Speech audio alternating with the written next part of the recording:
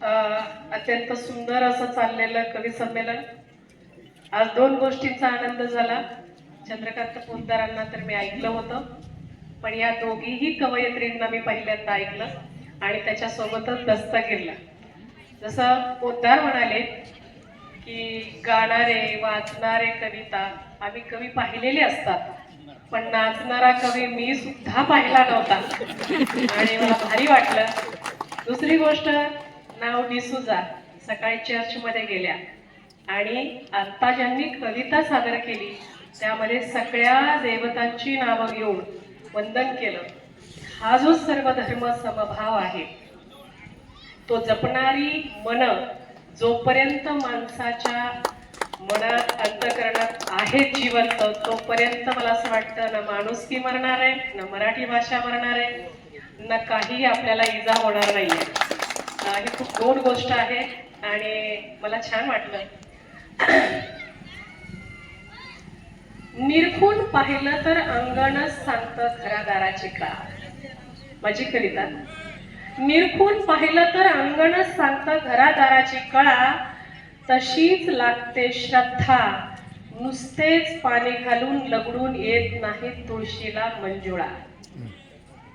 शब्द कोरडेच आळवून पाहिले जर गळ्याने तर त्याचे होत नाही कधीच गाणे. कुणी पावसाळी आभाळ पंखावर देऊन तर कुणी पावलं धुळीला देऊन असते ज्याचे त्याचे आपापल्या मुक्कामी जाणे. हा आपापल्या पावलांचा मुक्काम प्रत्येकाच्या पावलांना मिळो या अर्थाची माझ्या जगण्या संदर्भातली ही कविता. आणि त्याला पुढे जोडून मी असं म्हणेल,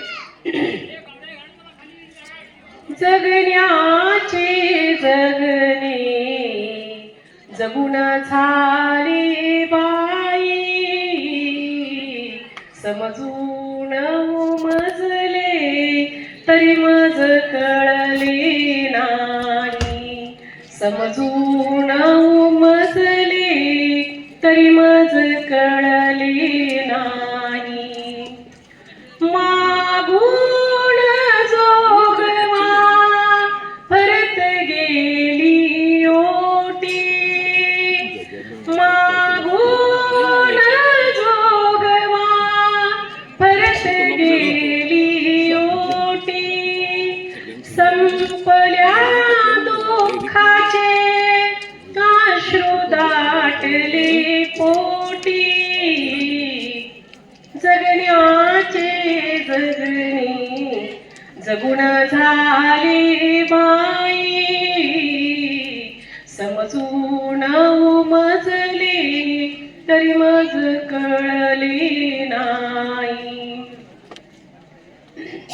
आवसेची होनी पुनव आली दारी, आवसेची होनी पुनव आली दारी. पाहून पसरले व्यथा संपली सारी, जगण्याचे जगणे जगून झाले बाई,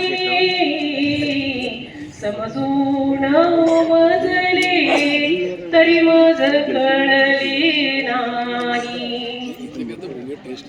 रंगात नाहले तरी उडाला रंग, रंगात नाहले तरी उडाला रंग. गर्दीत बुडाले तरी एकांत संग,